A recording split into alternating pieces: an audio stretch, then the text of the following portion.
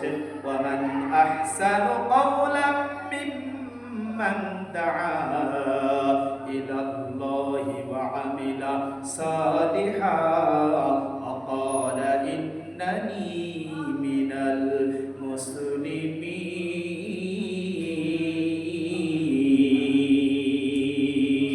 আল্লাহ রাব্বুল আলামিন বলতেছেন তার কথার থেকে আর কার কথা দামি হতে পারে যে মানুষকে আল্লাহর দিকে ডাকে, আল্লাহর দিকে আহ্বান করে এবং সে বলে আমি একজন মুসলমানদের অন্তর্ভুক্ত, এমন কথা যে বলে যে আল্লাহর ইবাদত করে আবার আল্লাহর দিকে মানুষকে ডাকে আবার বলে আমি মুসলমানদের অন্তর্ভুক্ত, ওই ব্যক্তির কথা আল্লাহ তাআলার কাছে সব থেকে বড় দামি কথা, সব থেকে বড় দামি কথা। আল্লাহ তাআলার কাছে সব থেকে সম্মানিত হলো ওই ব্যক্তি ইন্না আক্রামাকুম ইনদাল্লাহি আতকাকুম। আল্লাহ বলেন নিশ্চয়ই আমার কাছে সব থেকে সম্মানিত হলো ওই ব্যক্তি যে ব্যক্তি পরহেজগার, যার ভিতর আল্লাহ তাআলার ভয় আছে, ওই ব্যক্তি হলো সব থেকে আল্লাহ তাআলার কাছে বেশি সম্মানিত ব্যক্তি। আল্লাহকে যে ভয় করে তার সম্মান আল্লাহর কাছে কম না বেশি? আল্লাহর কাছে তার সম্মান সব থেকে বেশি, এটা আল্লাহ তাআলার কথা। فمن كان يرجو لقاء ربه فليعمل عملا صالحا ولا يشرك بعبادة ربه أحدا। আল্লাহ রাব্বুল আলামিন বলতেছেন তোমরা যারা আমার সাথে সাক্ষাতের কামনা করো, আমার কাছে উপস্থিত হওয়ার আশা পোষণ যারা করো, তোমরা একমাত্র আমি আল্লাহ যে তোমাদের রব আমার ইবাদত করবে, আমি ছাড়া তোমরা আর কারোর ইবাদত করবে না, এমনকি আমার ইবাদতে তোমরা কাউকে শরীক করবে না। আল্লাহ তাআলার ইবাদতে কাউকে শরীক করা যাবে না। আমরা সবাই জানি আল্লাহ কয়জন? আল্লাহ হলো একজন। কুল হুয়াল্লাহু আহাদ, আল্লাহ তাআলা হলেন একজন। এখন যদি আমরা মনে করি আল্লাহ তাআলা একজন না, তাহলে ঈমানের 12টা বেজে যাবে। শুধু এখন মনে করলাম যে আল্লাহ একজন না, কিন্তু ইবাদতে শরীক করলাম। ইবাদতের যদি আল্লাহ তাআলার সাথে শরীক করি, মনে করেন মসজিদে সিজদা দিলাম, আবার মনে করে ওই মাজারে গিয়ে যদি আবার এখন সিজদা দেই, মাজারে গিয়ে সিজদা দিয়ে যদি বাবার মাজারের পাশে গিয়ে সিজদা দিয়ে বাবাকে বললাম বাবা বিপদে পড়েছি, বাবা বাঁচাও, এটা শিরক করা হবে কিনা? এটা শিরক করা হবে না? এটা শিরক করা হয়ে যাবে, ঈমান চলে যাবে, ঈমান থাকবে না। এজন্য ঈমান কখন যায় কখন আসে আমরা কেউ জানি না। এই ঈমানকে বাঁচাতে হবে, ঈমানকে বাঁচাতে হবে। ঈমানকে যদি না বাঁচাতে পারি, যদি শুধু ইবাদত করতে গিয়ে শিরক করে ফেলাই, তাহলে সেই ইবাদত কবুল হবে না, আমল কবুল হবে না, কোনো কিছুই কবুল হবে না। ফাসিরাত দুনিয়া ওয়াল আখিরা, দুনিয়াও বরবাদ হয়ে যাবে, আখিরাত আমাদের বরবাদ হয়ে যাবে, সব বাতিল হয়ে যাবে, সব বাতিল হয়ে যাবে। এই জন্য আমাদের কোনো কিছু যাতে করে বাতিল না হয়, ইসলামের পক্ষে থাকতে হবে, কোরআনের পক্ষে থাকতে হবে, কোরআনের কথা শুনতে হবে, সুন্নাহ অনুযায়ী আমল করতে হবে, আর আল্লাহ রাসূলের আদর্শ আমাদের মেনে নিতে হবে। তাহলে আমরা সফলতা অর্জন করতে পারবো, তাহলে আমরা কামিয়াব হয়ে যাব। তা না হলে সম্ভব হবে না। আমাদের সব বাতিল হয়ে যাবে, সব বরবাদ হয়ে যাবে। যদি ইসলামের বাহিরে যদি আমার কোনো কিছু করি, সব বাতিল হয়ে যাবে। যদি আমরা ইমানদার হয়ে থাকি, মৃত্যুর সময় আমরা শান্তি পাবো। ইমানদার যদি হয়ে থাকি, ইমানদার যদি দাবি করি, যখন ইন্তেকাল হয়ে যাবে, ইন্তেকালের আগে যখন মালাকুল মাউত আসবে, আমাদের জানটা এমন ভাবে কবজ করা হবে, আমরা কোনো কিছুই টের পাবো না।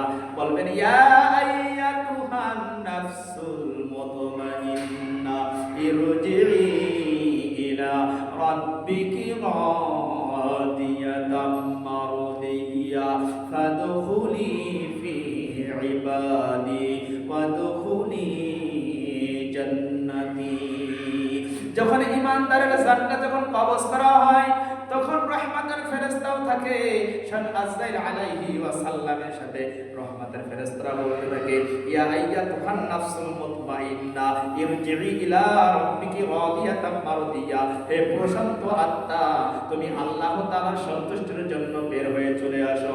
আল্লাহ তাআলার সন্তুষ্টির জন্য তুমি বের হয়ে চলে আসো। এই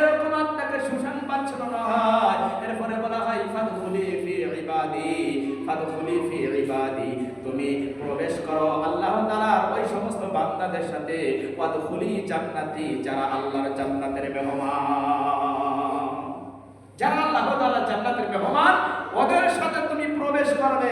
এই সুসংবাদ নিয়ে তুমি বের হয়ে চলে আসো। যখন এই সুসংবাদ দেওয়া হবে, যিনি নেককার, যিনি মুমিন বান্দা, সে একদম তার দেহ থেকে এমন ভাবে বের হয়ে যাবে, কসুর পাতার উপর পানি রাখলে ওই কসুর উপর পাতার উপর থেকে পানি ফুটা যেমন ভাবে পড়ে, একজন নেককার মুমিন বান্দার রূহটা জানটা ওইভাবে কবজ করা হবে, ওইভাবে কবজ করা হবে। সে টেরু হবে না, সে ঘুমিয়ে পড়বে। যখন তার জানটা নিয়ে যাওয়া হবে, সে ঘুমিয়ে থাকবে, মনে হবে যে আসলে সে মারা যায় না, সে ঘুমিয়ে আছে। আর মুমিন ব্যক্তি মারা গেলে দেখবেন তাহার চেহারার আকৃতিটা অনেক সুন্দর হয়ে যায়, চেহারাটা হলদে বর্ণে হয়ে যায়, মৃত্যুর আগে তার কপাল দিয়ে আপনার ঘাম বাহির হয়। এগুলো হলো আপনার ইমানদার ব্যক্তির মৃত্যুর লক্ষণ। কপাল ঘামে, মৃত্যুর আগে ইমানদার ব্যক্তির কপাল ঘামে, এগুলো হচ্ছে আপনার ইমানদারের লক্ষণ, মুমিন ব্যক্তির লক্ষণ। আবার দেখা যায় আমাদের সমাজে কতজন আপনার কত মানে এমন ভাবে মারা যায়, আপনার এমন ভয়ঙ্কর অবস্থায় মারা যায় যে দেখলে আসলে বোঝা যায় লোকটার অবস্থা কি ছিল দুনিয়াতে। এমন ভয়ঙ্কর, আবার মারা গেলে চেহারার আকৃতি নষ্ট হয়ে যায়, এরকম আছে না? চেহারা পর্যন্ত নষ্ট হয়ে যায়, এমন খারাপ অবস্থা হয়ে যায় চেহারা।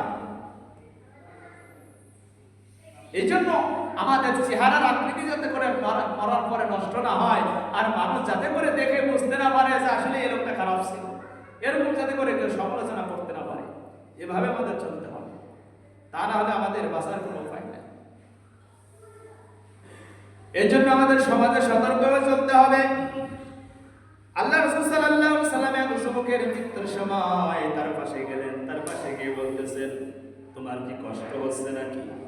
তখন সে ব্যক্তি বলতেছে, ইয়া রাসূলুল্লাহ, ইয়া হাবিবাল্লাহ, আমার এমনটা মনে হচ্ছে আমি আল্লাহ তাআলার কাছে আল্লাহ তাআলার দয়া অনুগ্রহ করতেছি, আমার জানটা যেন এমন ভাবে কবজ করা হয় আমি কষ্ট না পাই। আর আমি তো গুনাহগার গোলাম, আল্লাহ তাআলা আমার গুনাহগার রাখি, আমার মতো গুনাহগারকে কি করবে, আমি এই গুনার ভয় করতেছি।